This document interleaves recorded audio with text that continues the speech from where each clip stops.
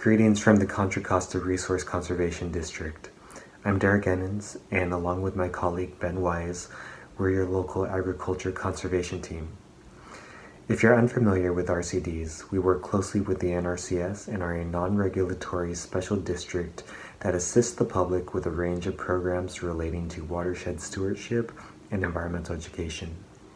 Our agriculture program supports rural and urban farmers, ranchers, and land managers in conserving and regenerating our soils through carbon farming plans. And now Ben will expand upon what it takes to turn farming into carbon farming. So what is carbon farming? You can see a definition here. I like to think of carbon farming. All farmers are carbon farmers. By virtue of putting a seed or a plant in the ground, we are ultimately pulling carbon dioxide from the atmosphere and sequestering it into the soil and growing it in the plant itself. So all farmers are carbon farmers. What we try to do with our carbon farm planning process is work with farmers to identify more ways they can sequester more carbon on their fields or on their rangelands. So that's what we talk about when we're saying carbon farming. It's almost making a more efficient carbon sequestration capture on farms and ranches. So what does the planning process looks like? Together with RCD staff, NRCS staff, other folks from the Carbon Cycle Institute, which is a great organization, and using an assortment of tools, we work with farmers to really drill down into their individual operations, figure out what they've got going on the ground. You know, what management practices are they doing? What management practices do they want to be doing? You know, are they, do they have particular problems on their farm that they need addressed? Are they having nutrient deficiencies? Do they not get enough water? Is the water evaporating too quickly? All sorts of these problems that are common on farms. And then working together with, you know, kind of this brain trust, we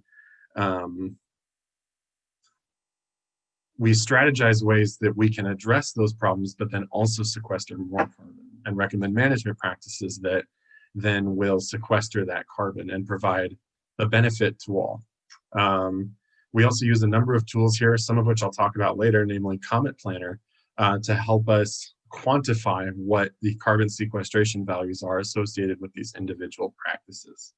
So to talk a little bit about it, I'll actually talk about really quickly here, the first carbon farm plan that we've done in Contra Costa County, which is with Frog Hollow Farm, an orchard out in Brentwood, California. We developed this in 2018 with a little bit of funding from Patagonia through their environmental grants program. And we developed it over the course of 3 to 4 months. You know, it's an iterative process. It's something that we're constantly improving, trying to work on, you know, tease new things out as new information comes to light. I won't go over the plan in its entirety, but the end result here is this carbon beneficial practice table. So ultimately, this is what we estimate through these management practices. If they're adopted correctly and fully, we expect this carbon sequestration value of 109 tons of CO2 reduction per year.